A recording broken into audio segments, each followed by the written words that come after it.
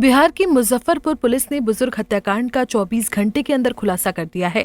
पूछताछ में खुलासा हुआ है कि वृद्ध की पोती और उसके प्रेमी ने यूट्यूब देखकर हत्या की साजिश रची थी। दोनों ने पहले घर के अन्य सदस्य को खाने में नशे की दवा मिला दी और उसके बाद चाकू से गोद कर हत्या कर दी। कल जैसे आप सभी को विदित है कि हमारे यहाँ एक सूचना प्राप्त हुई थी कि कालीबाड़ी रोड है, उसमें एक बुजुर्ग जिनका नाम कौशल किशोर गुप्ता है, उनकी हत्या कर दी गई है। तो उनके पुत्र जो सुमन सौरभ है, उनके फर्द बयान पर हमने मिठनपुरा कांड संख्या 12/25 दर्ज किया और अनुसंधान शुरू किया। हमारे तकनीकी साक्ष्य जुटाने के क्रम में थाने की टीम द्वारा जितने भी साक्ष्य एकत्रित किए गए उनमें सीसीटीवी फुटेज और सीडीआर का अवलोकन मुख्य था, जिसके आधार पर हम लोग इस निष्कर्ष पर पहुँचे कि हत्या के पीछे जो मृतक है उनकी पोती का हाथ है और साथ में उनका सहयोगी जो बना उसके प्रेमी जो उसका क्लासमेट भी है वो हैं। उन लोगों ने पहले से ही पूर्व योजना बनाई थी कि किस तरह से अपने दादाजी का मर्डर किया जाए और उसके पीछे रीज़न ये था कि दादा, जहाँ तक जो अनुसंधान में हमारे सामने आया या आस पड़ोस के भी लोगों का किया गया, कि वो गाली गलौज करते थे, थोड़े गुस्सेल टाइप के व्यक्ति थे।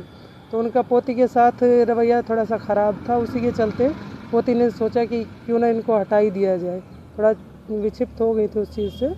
तो उसको देखते हुए इन लोगों ने प्लान बनाया। दूसरा उन्होंने सहारा लिया यूट्यूब पर उन लोगों ने वीडियो सर्च की किस तरह से मारा जाए और फिंगरप्रिंट ना आए इसके लिए उन्होंने सर्जिकल जो ग्लव्स होते हैं उसका प्रयोग किया गया और उनका प्रयोग करके चाकू की अरेंजमेंट की गई कि चाकू लाया जाए, उससे चाकू से गोदा जाए, ईंट से सिर पे भी वार हुए हैं और इस तरह से इन्होंने इस घटना को अंजाम दिया है। अफेयर है, दोनों ने स्वीकारा है कि क्लासमेट भी हैं दोनों, तो वो चीज़ सामने आई है। घटना का खुलासा करते हुए एसडीपीओ सीमा देवी ने कहा कि पुलिस की जांच में ये खुलासा हुआ है कि मृतक कौशल किशोर गुप्ता की रोक-टोक से सगी पोती नाराज चल रही थी, फिर उसने अपने प्रेमी के साथ मिलकर हत्या की साजिश रची। घटना किस तरह से हुई थी कि जब ये लोग कमरे में एंटर किए तो वो जग गए थे।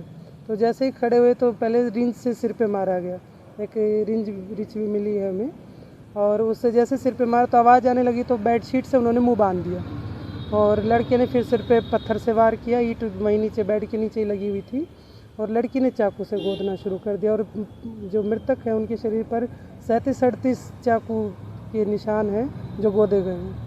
जो उनके बाकी परिजन है दूसरे कमरे में सो रहे, क्या इसको उसके लिए उस लड़की ने पहले किया, उनके पिताजी हो सकता है ओकेजनली कभी कभी नींद की गोलियां लेते थे, तो गोलियां उनके पास थी।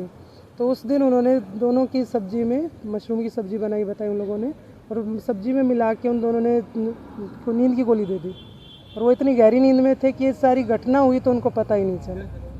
और फिर उसको रिएक्ट ऐसे किया गया कि कोई बाहर का व्यक्ति आके और उसको घटना को अंजाम दे के गया।